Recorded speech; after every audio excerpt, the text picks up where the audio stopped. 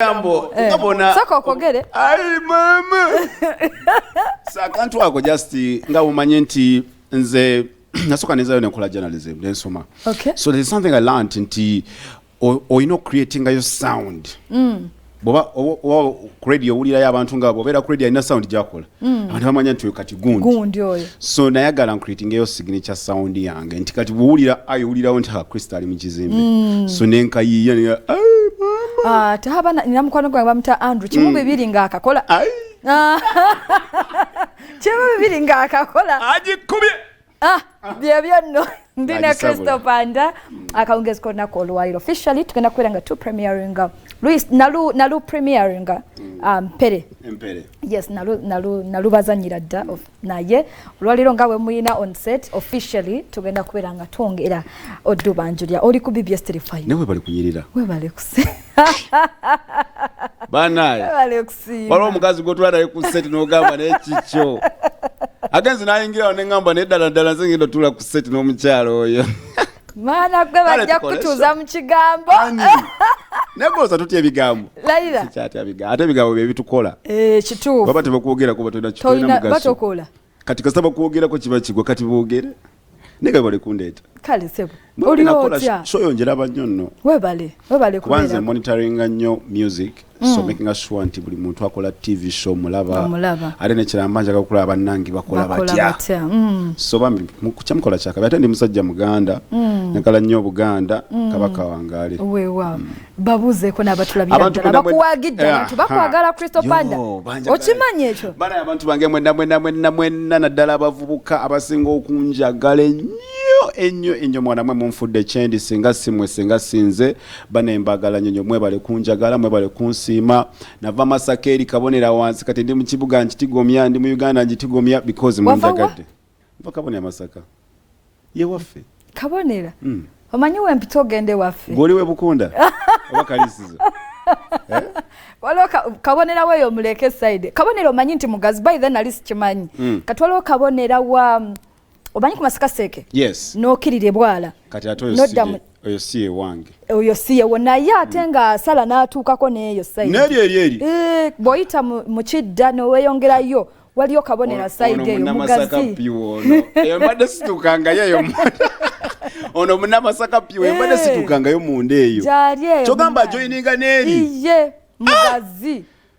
Go journalist mwe toli Munamasaka buti. Ize Masaka. Tufana na Masaka onyirira nnyo olimba na. Abe Masaka che banyirira. Banyirira nayo kisusisa.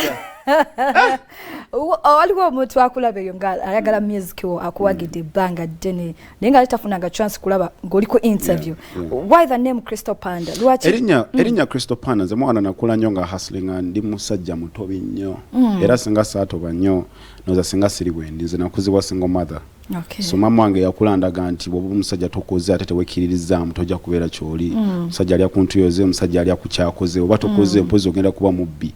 alebe nali muto yankubwa ekikolo kombe ekyo nanzita katanzi tebwe nabba sente zikati nemmanya nti omusajja toyina kulya kubba ona kulya mukola nakwekiriza so Crysto liva mu kigambo chances are yet supposed to be opened so take heart nti emikisa jijja kubeerawo wabula kwa taking kale bano obugumikiriza nga bukola so panda kupanda gali ntuku kiri mu limits panda kiringa wona chule wabule kupanda gali nachulirange so kati nze kupanda tujja kusanga wano Crysto ali wada panda wali nga kyanonya maja okay Crysto Panda yes. Nenga agaddala yani kitya mwe sabat wediraje nte ndi muganda kumbe ndi muganda we wow nampija abade bagendo sale kigambo balimba bakyesigali tebakisaze oli muganda wa nzo kusoko kutegeera ngoli ku TV ngokola ku TV nga toyimba idea yo kuyimba kyakwambala bwambazi wavadda ngo kyagala wow nali nkyagala but nze muntu yatula wansi nenkola plan y'obulamu bwange okay when I feel ku mama wange ne manya kati nsinjiri mbomu yeah true bazadde bange bonna bafa bajjajja banga abasinga bonna so initially ndiwo bwomu so ne manya kati okusoka ne planning antandise nachi so netandika ne ngamba okay sina sente but nsobola okukola omulimu nenzija mu sene nezayo nensoma because nali njagala nnyo okusoma nene ngamba mulimo ki kati nengendanga ku channel NBS nga ngendangayo nembeeramu audience awo mpola nengiramu awo nembeeramu nendaba be bakola nempika interest y'okubeera presenter kati nga ndaba mu ebyo mukola biri ize kujja kwekubisa luzungu awo nekigwa naye nga simanyi luzungu bulungi so what I did nentandika okulaba BBC nga njiwuliriza nempulira oli kyayogera nga sibitegera nga mbiwandika wansi nengenda mu dictionary nekinoweza kitegeeza ki nengetinga family nenyemba z'aba 50 cent abo biki kati nga simanyi bwe boogera naye nga mbiwuliramuko nengattagatta nze nasomera mu kyalo Masaka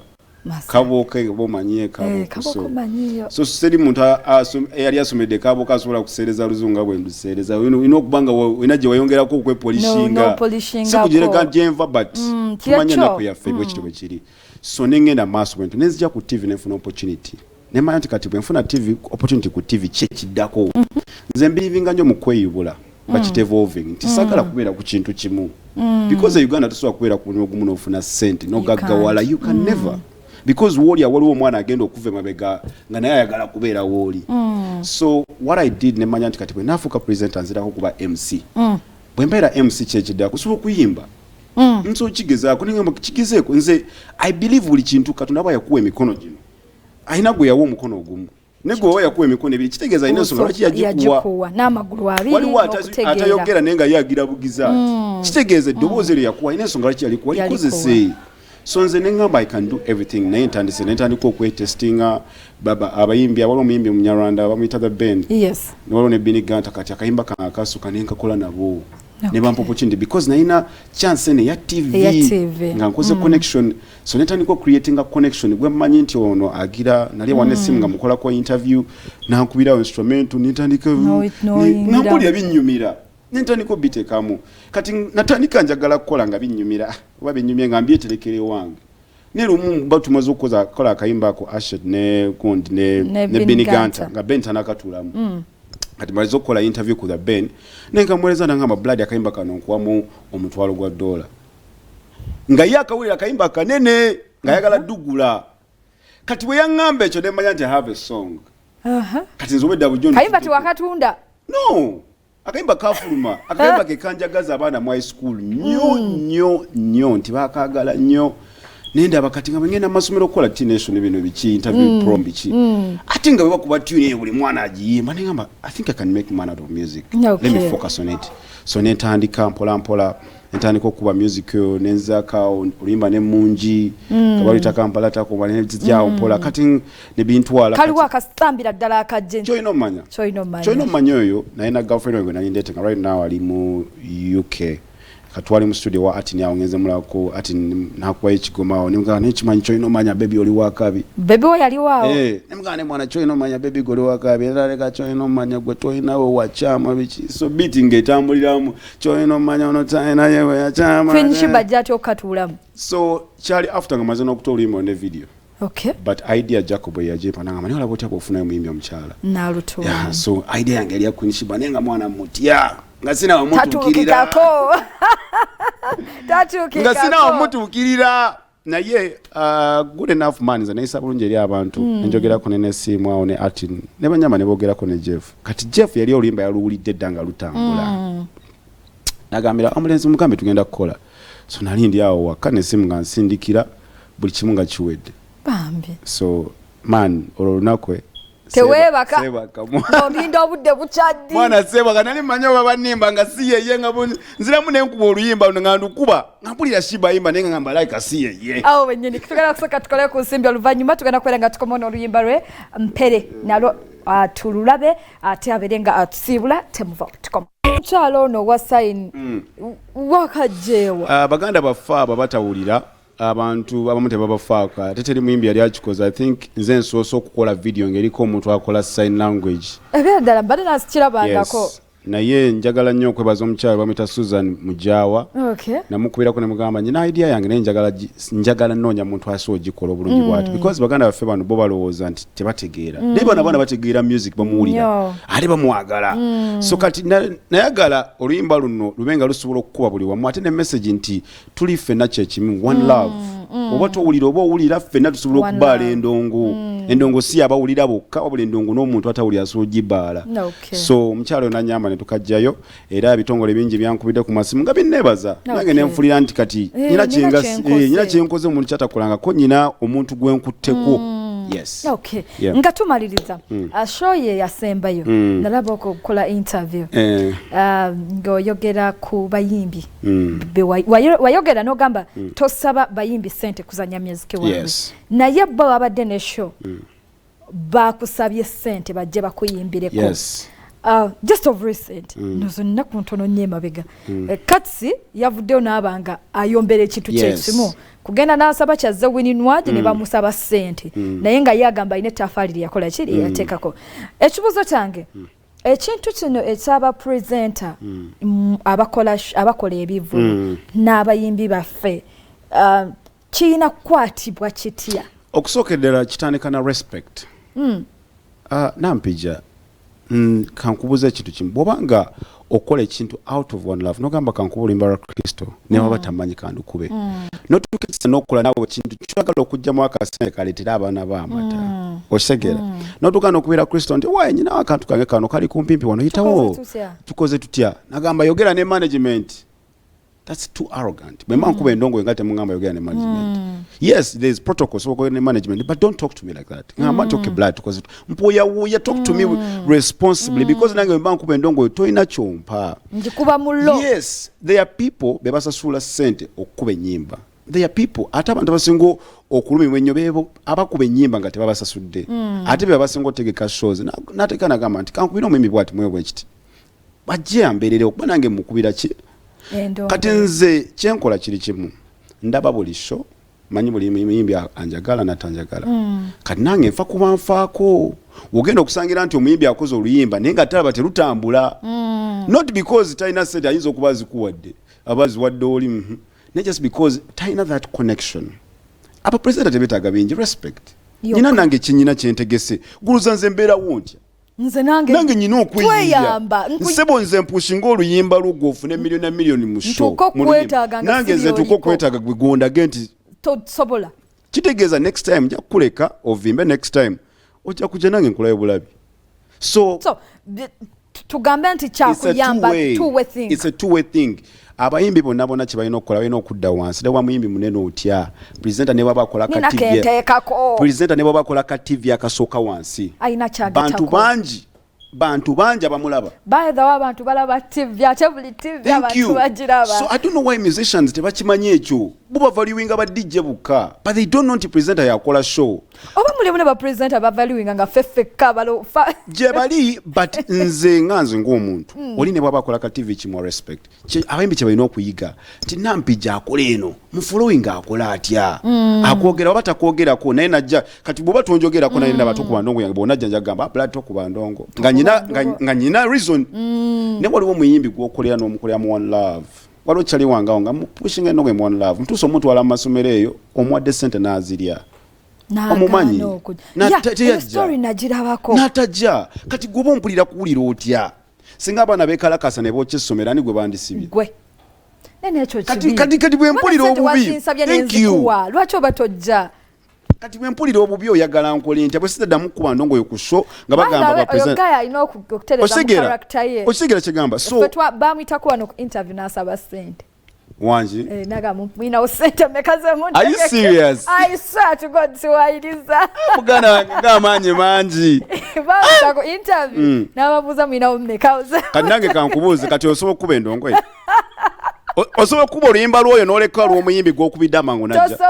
kyekyo kiri simple people think it's about money no it's not about money it's about that rapport gy'okoze n'omuntu nti kati olabe nampijja akubye oluyimba naye alina kya afiiriddwa agambye mwana nfiiriddwa okoze eki muweyo ku mabugo oba mukubagiza bakola ki mu creating a rapport ne ba presenter kuba presenter bw'akola show neba nga tekola teba na viewership kitegeeza oluyimba lwe banaalukuba terujja kulabika awo wenyine kasokezi yo kubaka buno then tulinawo gayi waffe ow'empere atuyigiriza nange nakiyiga olwaleero zenga mpomye Luganda naye kale gwe omuzadde abadde anoonya essomero ly'okutwalamu omwana wo omwaka guno alekera bw'okunoonya kwanjulira Kids and Love Day and Kindergarten bwe bajja nga batwala abaana okutandikira ku myezi 18 okutuuka ku baana bali mu class P2 abaana balabirirwa bulungi ekifo kigazi bulungi bali very very clean tenga n'abasomesa batendeke bulungi ebyemizannyo babikulakulanya kale gwabeetaaze balina n'emmotoka etambuza abaana gwabeetaaze ogenda kubasanga Kwentebe Road ebwebajja oba oyite ku noti 7 noti 2 nkagamu 2 noti 9 ojja kubeera ng'omanya ebisingawo gwanga muje Dr. Jose Chameleon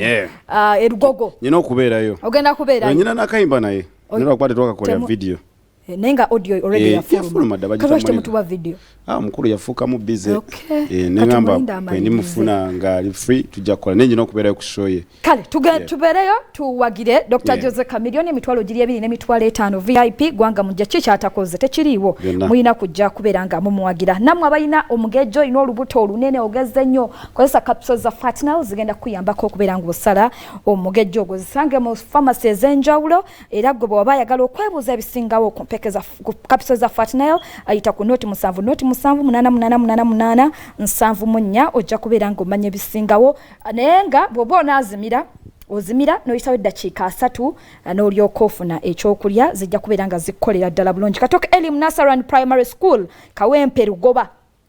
lyessomero erigenda okusomesa omwana wo bagenda mukuuma bulungi bagenda musomesa bulungi school fees zisoboka eddiini zonna bazaaniriza basangibwawo Lugoba Kawempe yita ku noti 783 3 noti 3 ojja kubeera nga obafuna n'abasimba Automotive Limited bakutuusako pichi ya UG Boss pichi eno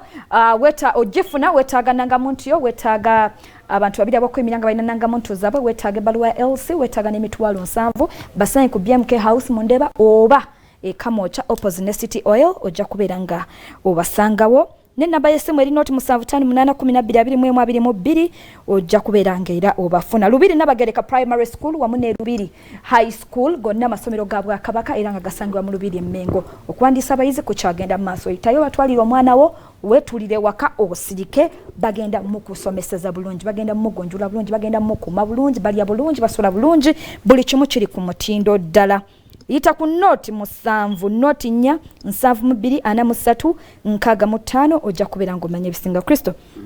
abantu abo bolaba bagala okuwulira ku nteekateekayo omwaka 2023 twakagutandika January tumumazeeko leero okusookera ddala nebaza Katonda okumpa oluyimba olulike mu ggwanga kati mpere yeriko so abantu musuubire maanyi meerere omwaka guno because omwaka guno ngenda kubeera nnyo serious ku music ne birthday yange nga mukaga May njagala kuddamu show y'abavubuka eri gye nali nkola ekivulwawo so njagala kukola y'abavubuka nga mukaga May ku birthday yange njagala kuddamu kikola so n'abantu mwana banjagale musajja wange oli ajje tuyige empere kati taata jangu tuyigirize empere